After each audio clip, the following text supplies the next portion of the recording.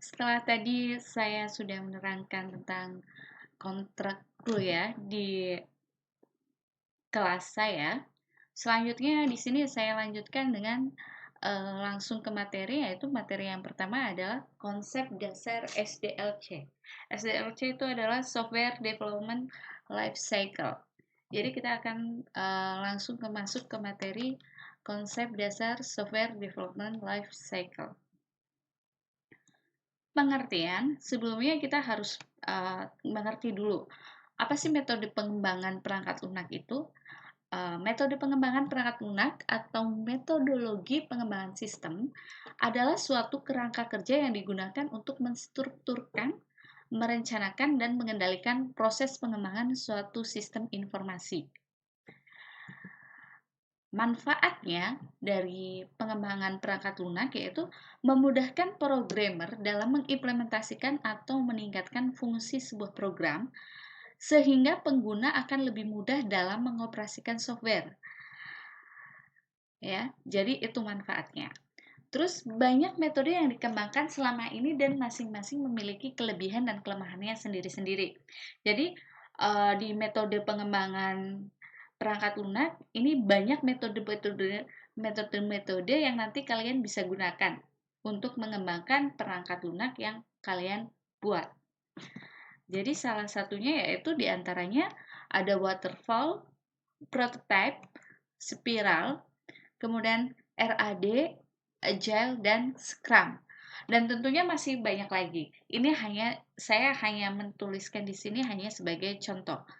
Tapi nanti kalian bisa mendapati lebih banyak lagi metode pengembangan perangkat lunak. Dan nanti kalian akan bisa memilih mana sih yang tepat untuk pengembangan perangkat lunak yang kalian buat.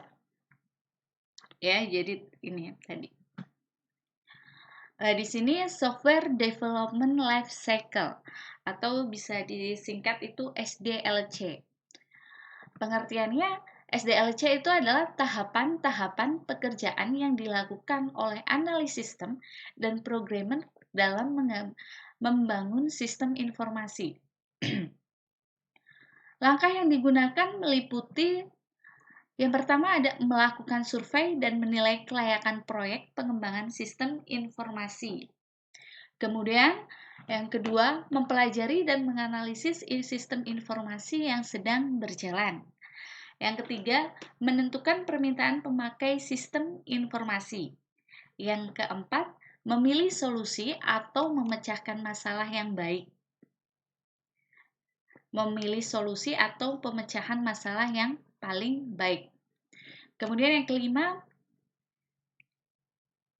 menentukan perangkat keras, hardware, dan perangkat lunak, software. Jadi kita menentukan hardware dan softwarenya. Kemudian dilanjutkan dengan merancang sistem informasi baru, membangun sistem informasi baru, dan mengkomunikasikan dan mengimplementasikan sistem informasi baru, serta memelihara dan melakukan perbaikan atau peningkatan sistem informasi baru bila diperlukan.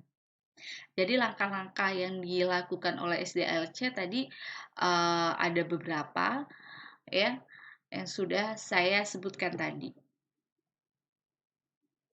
Oke, kemudian tujuan dari SDLC pasti punya tujuan. Yang pertama, memastikan pengiriman sistem berkualitas tinggi, menyediakan kontrol manajemen yang kuat, memaksimalkan produktivitas dari suatu sistem informasi.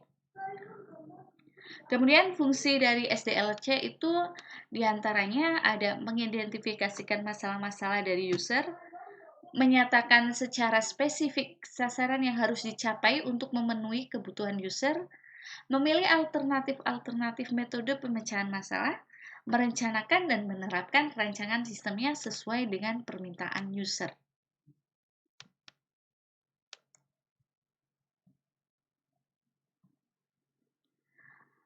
Manfaat lain dari SDLC yaitu ini adalah manfaat dari SDLC. Kalau tadi yang saya jelaskan adalah manfaat dari pengembangan perangkat lunak. Manfaat lainnya adalah yang pertama performance atau kinerja. Peningkatan terhadap kinerja sistem yang baru menjadi lebih efektif. Kinerja dapat diukur dari throughput atau jumlah dari pekerjaan yang dapat dilakukan suatu saat tertentu, dan respon time, rata-rata waktu yang tertunda di antara dua transaksi. Kemudian ada information, yaitu peningkatan kualitas informasi yang didapatkan.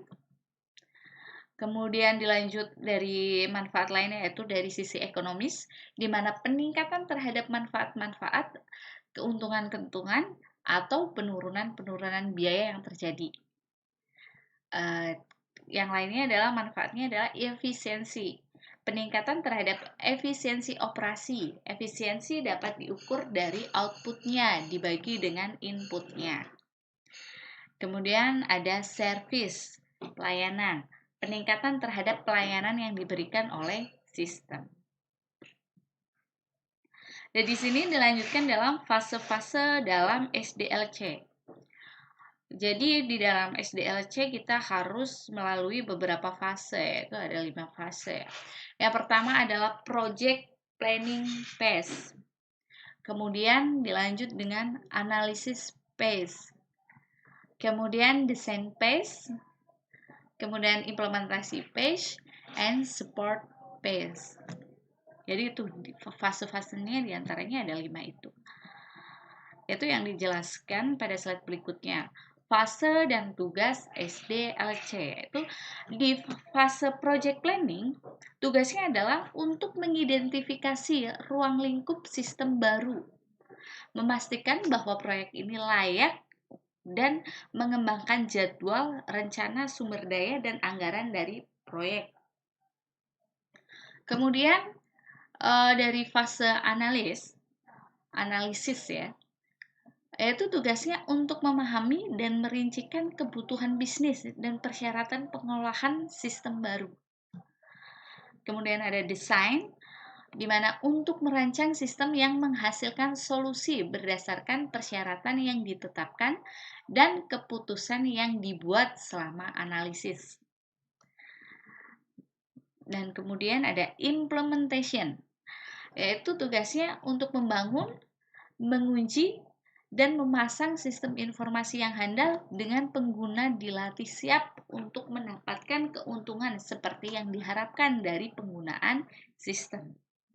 Dan yang terakhir ada support phase, yaitu tugasnya adalah untuk menjaga sistem agar mampu berjalan secara produktif, baik pada awalnya dan selama bertahun-tahun hidup sistem. Jadi sistem itu selama digunakan dalam jangka waktu yang cukup panjang maupun jangka waktu yang cukup pendek gitu kan, itu harus mampu berjalan secara produktif ya. Nah, di sini tahap perencanaan, di sini lebih lengkapnya adalah lebih detailnya. Tahap perencanaan merupakan tahap awal dari pengembangan sistem. Tahap ini bertujuan untuk mengidentifikasi dan memprioritaskan sistem informasi apa yang akan dikembangkan, sasaran-sasaran yang ingin dicapai, jangka waktu pelaksanaan, serta mempertimbangkan dana yang tersedia dan siapa yang melaksanakan. Tahap perencanaan menjadi penting karena permasalahan yang sebenarnya didefinisikan dan diidentifikasi secara rinci. Jadi sebelum kita akan melanjutkan lebih jauh di fase SDLC, itu yang pertama adalah tahap yang terpenting adalah perencanaannya.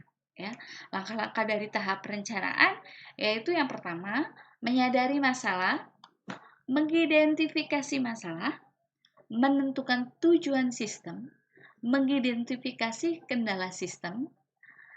Yaitu kendala sistem adalah di sini membuat studi kelayakan, usulan penelitian sistem, menyetujui atau menolak proyek penelitian, dan kemudian yang terakhir adalah menetapkan mekanisme pengendalian. Jadi nanti yang dikonsultasikan terhadap pihak terkait yaitu ya ini ada 4: menyadari masalah, mendefinisikan masalah, menentukan tujuan sistem, mengidentifikasi kendala sistem. Itu nanti yang dikonsultasikan kepada pihak terkait. Ya, misalnya kita akan membangun sebuah sistem untuk perusahaan A atau memperbaiki sistem dari perusahaan A, berarti kita harus tahu masalahnya. Kita konsultasikan kepada pihak terkait yang mengerti benar tentang sistem informasi yang mereka inginkan atau dari tujuan mereka. Kemudian yang kedua di tahap analis, yaitu analisis sistem adalah penelitian atas sistem yang telah ada dengan tujuan untuk merancang sistem baru atau memperbarui sistem yang sudah ada. Jadi tadi setelah kita melakukan perencanaan, kita mendapatkan masalah dan nanti sampai di akhirnya adalah tujuan serta mekanismenya itu seperti apa. Itu kan di tahap awal ya. Kemudian tahap berikutnya adalah kita menganalisiskan, ya kan, menganalisis lebih dalam lagi tentang proyek yang akan kita buat, yaitu atau merancang proyek sistem baru atau memperbarui sistem yang ada ya. Langkah-langkah dari tahap analis yaitu yang pertama mengumumkan penelitian sistem, yang kedua mengorganisasikan tim proyek, yang ketiga mendefinisikan kebutuhan informasi, yang keempat mendefinisikan kinerja-kinerja sistem, yang kelima menyiapkan usulan rancangan, dan yang keenam menerima atau menolak proyek penelitian. Setelah dianalisis yaitu dengan bersama tim dan lain sebagainya, setelah melalui tahap 1 sampai 5 di sini, tahap terakhir adalah menerima atau menolak proyek penelitian. Dianalisis lagi, ini bisa diterima atau ditolak gitu kan. Terus kemudian jika proyek ini diterima, maka kita akan lanjut ke tahap berikutnya, yaitu tahap perencanaan. Ya, rancangan sistem adalah penentuan proses dan data yang diperlukan oleh sistem baru. Jika sistem ini berbasis komputer, rancangan dapat menyertakan spesifikasi jenis peralatan yang akan digunakan, ya kan? Tapi kalau tidak, ya rancangannya beda lagi gitu kan, biasanya bluescreen ya, gambar gitu atau lain sebagainya. Jadi kalau di sini yang akan kita bahas adalah tentunya sistem yang berbasis komputer. Dan tahap rancangan adalah yang pertama menyiapkan rancangan sistem terinci, kemudian yang kedua mengidentifikasikan alternatif konfigurasi sistem, yang ketiga mengevaluasi alternatif konfigurasi sistem, yang keempat memilih konfigurasi yang terbaik, kemudian yang kelima menyiapkan usulan penerapan, yang keenam menyetujui atau menolak penerapan sistem. Kembali yang di fase terakhir adalah dari perancangan menyetujui atau menolak. Jadi dari rancangan tersebut kita bisa melihat dianalisis lagi, ini ternyata terlalu rumit, berarti kita tolak, kita bisa mendapatkan yang lebih simpel lagi seperti ini gitu. Atau memang ini udah fix nih, udah sesuai dengan yang kita inginkan gitu, nggak terlalu rumit juga, jadi bisa langsung diterima. Kemudian kalau diterima, jelasnya kita akan masuk ke tahap yang berikutnya, yaitu tahap penerapan. Jadi penerapan merupakan kegiatan memperoleh dan mengintegrasikan sumber daya fisik dan konseptual yang menghasilkan suatu sistem yang bekerja. Pada tahap ini dilakukan beberapa hal, yaitu coding, testing, dan instalasi. Dan output dari tahapan ini adalah shortcode, prosedur, pelatihan, ya kan? Jadi kita terapkan apa yang kita udah analisiskan, kita udah rencanakan, kemudian sudah dianalisiskan, sudah diterima, terus kemudian dirancangkan dan diterima juga. Akhirnya kita masuk ke tahap berikutnya, yaitu tahap penerapan. Itu penerapan di sini meliputi 3 hal, yaitu ada coding, testing, dan instalasi. Bisa dilihat di sini langkah-langkah tahap penerapan. Yang pertama adalah merencanakan penerapan, ya kan? Penerapannya seperti apa? Kemudian yang kedua mengumumkan penerapan. Penerapannya yang ketiga adalah hardware, software. Jadi hardware-nya apa, menerapkan hardware-nya apa, software-nya apa, terus yang kelima database-nya bagaimana, kita terapkan juga database-nya. Yang keenam, siapkan dari fisik ya, yaitu fase fisik. Kemudian yang ketujuh, mendidik peserta. Jadi setelah setelah testing ya, siapkan fisik. Fisik itu uji kelayakan gitu, uji kelayakan sistem. Ini udah oke.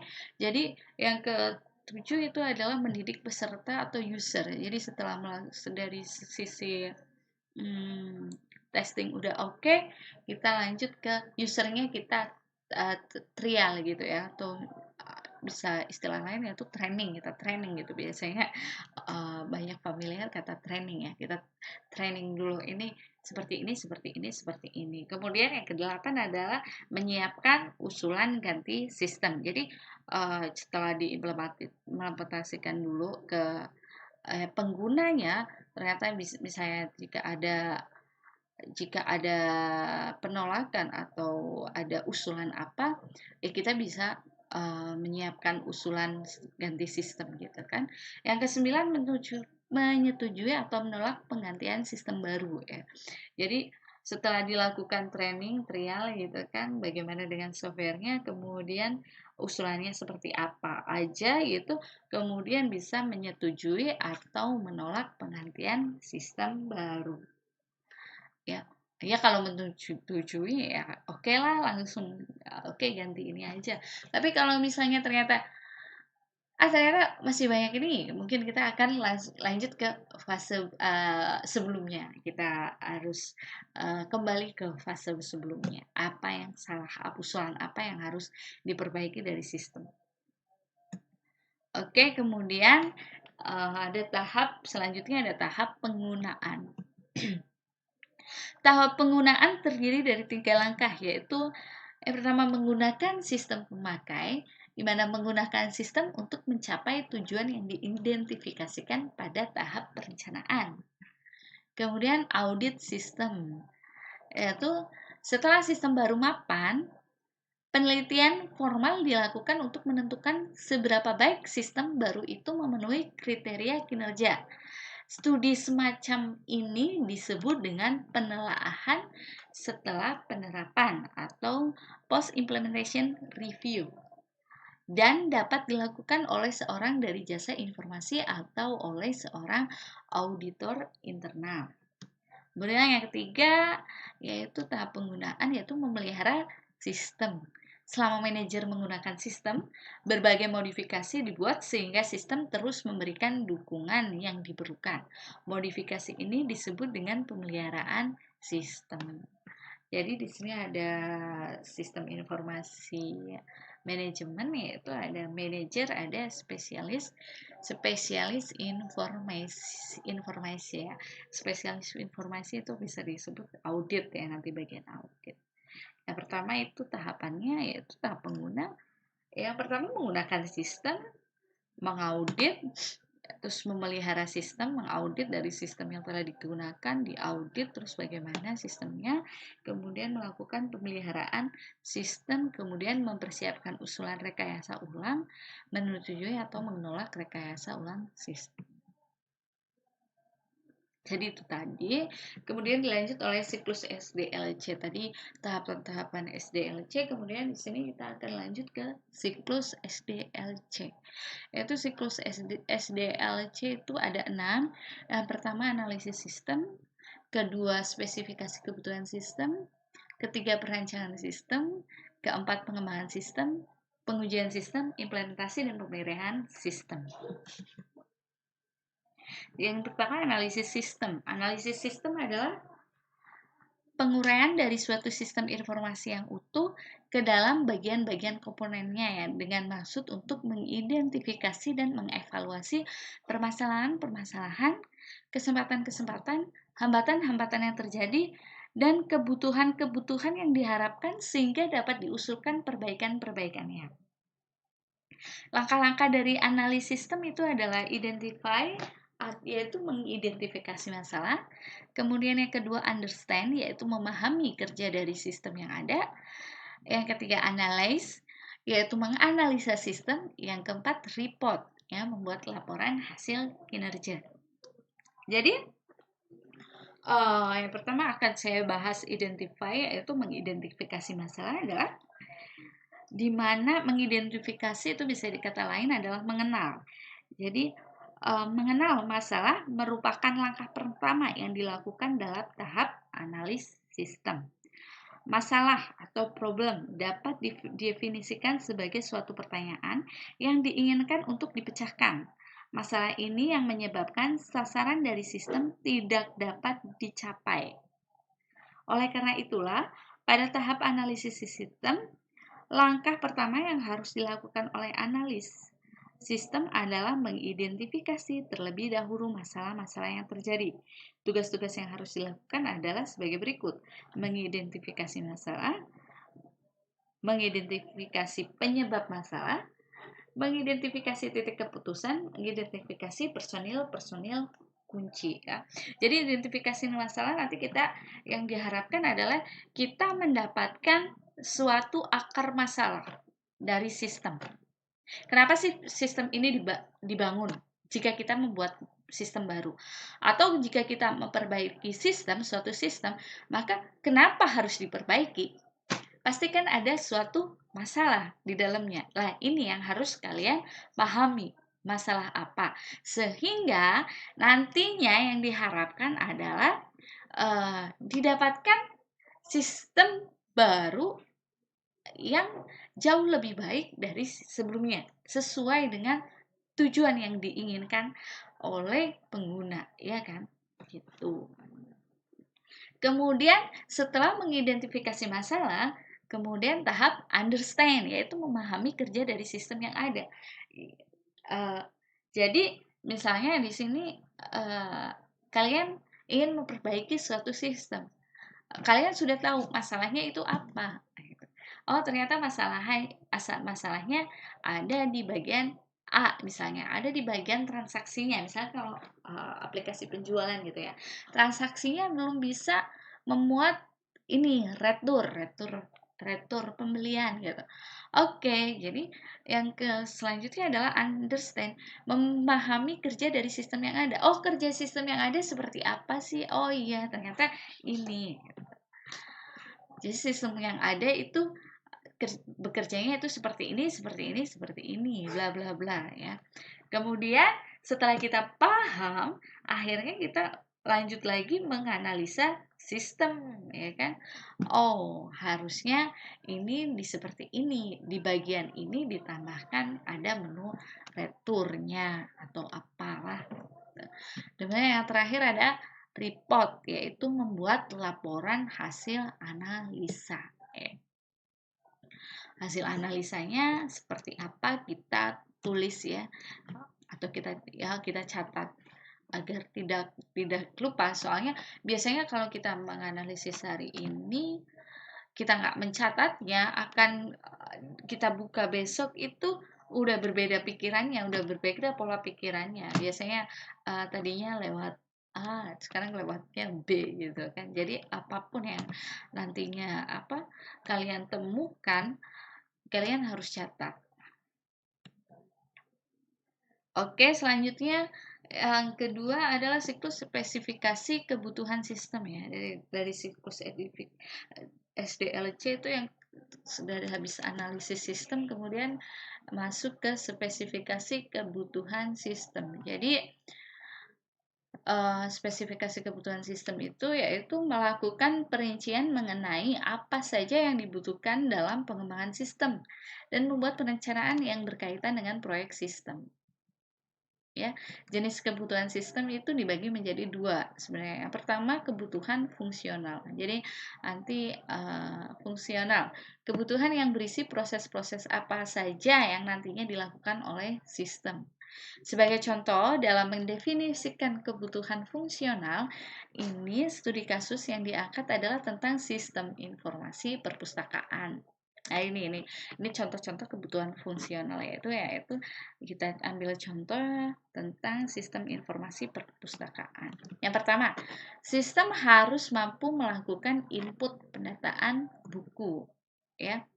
Di mana dari sistem dari kebutuhan fungsional yang pertama yaitu sistem harus mampu melakukan input pendataan buku itu ada berbagai kriteria. Yang pertama misalnya ya, pengguna memasukkan tentang data-data buku yang meliputi kode buku, judul buku, pengarang, penerbit, jumlah halaman, dan lain-lain. Pengguna bisa menghitung data buku secara keseluruhan. Pengguna mampu menampilkan data buku berdasarkan kategori tertentu. Pengguna mampu menampilkan data-data buku yang sering dipinjam. Pengguna dapat menghapus data buku yang hilang. Pengguna dapat melakukan pengelompokan buku berdasarkan kategori tertentu. Pengguna dapat memasukkan data anggota baru yang meliputi nomor anggota, nama, alamat, dan nomor telepon. Pengguna dapat mencetak kartu anggota. Pengguna dapat menampilkan data anggota berdasarkan kategori tertentu. Pengguna dapat menampilkan laporan data anggota setiap tahunnya. Ya. Terus itu tadi dari sisi pengguna ya, pengguna harus mampu ya. Sekarang, kedua, sistem harus mampu melakukan transaksi peminjaman. Apa saja nanti yang dilakukan di transaksi peminjaman? Kalian harus catat satu-satu yang kalian inginkan seperti apa. Yaitu yang misalnya contohnya di sini adalah sistem dapat melakukan transaksi peminjaman. Sistem dapat melakukan jumlah buku yang dipinjam. Sistem dapat menampilkan tanggal kembali secara otomatis. Sistem dapat mengetahui apakah buku yang dipinjam sudah dikembalikan atau belum. Sistem dapat menampilkan data peminjam yang paling sering meminjam buku. Ya. Terus yang ketiga, sistem harus mampu melakukan pengembalian buku. Ini kebutuhan fungsional yang ketiga. Sistem harus mampu melakukan pengembalian buku. Jadi apa saja nanti di dalam proses pengembalian buku? Konsepnya itu seperti apa? Yang pertama, sistem dapat melakukan transaksi pengembalian buku. Pengguna dapat menampilkan denda yang harus dibayar. Pengguna dapat menampilkan total buku yang dipinjam.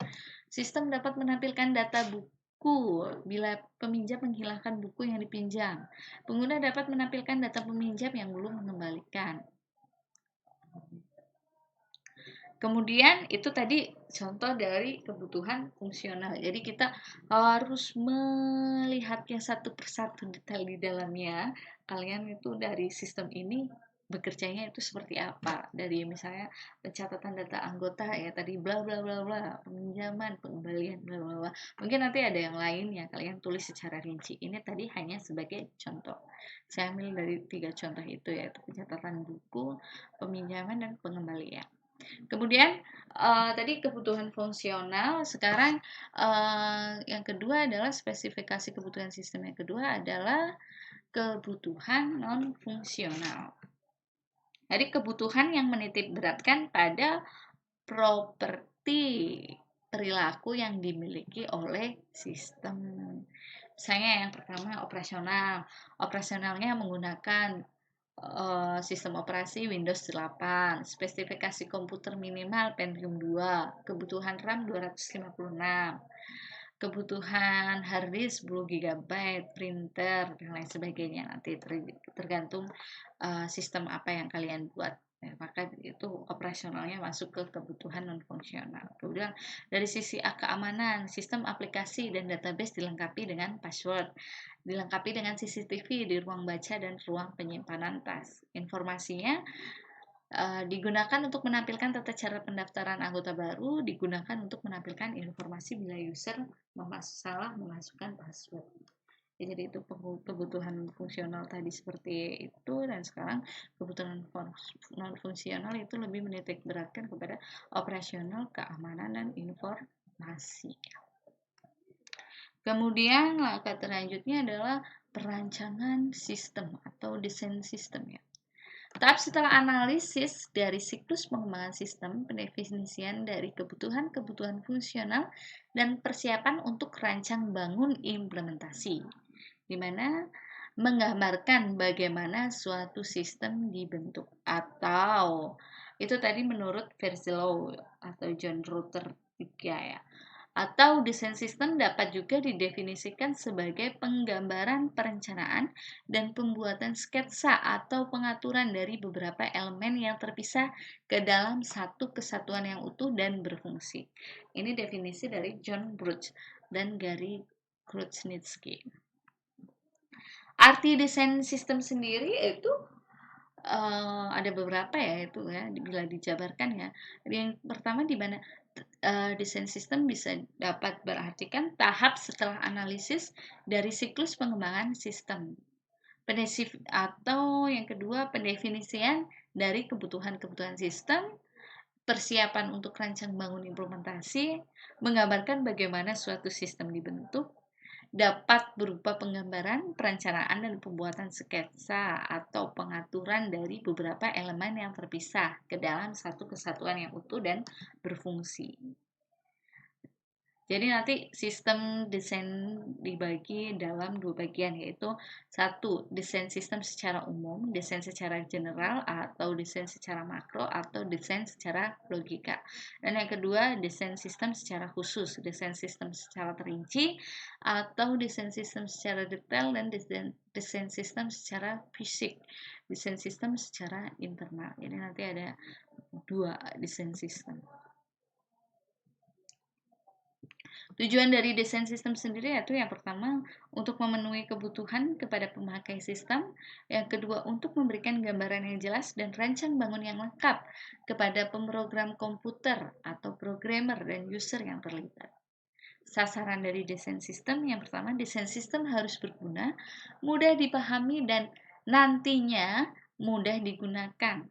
Yang kedua, desain sistem harus dapat mendukung tujuan utama perusahaan sesuai yang telah didefinisikan pada tahap perencanaan sistem yang dilanjutkan pada tahap analisis sistem. Oke, selanjutnya ada pengembangan sistem, di mana rancangan atau cetak biru sistem ini mulai dikerjakan dan dibuat atau diimplementasikan menjadi sebuah sistem yang utuh dan dapat digunakan.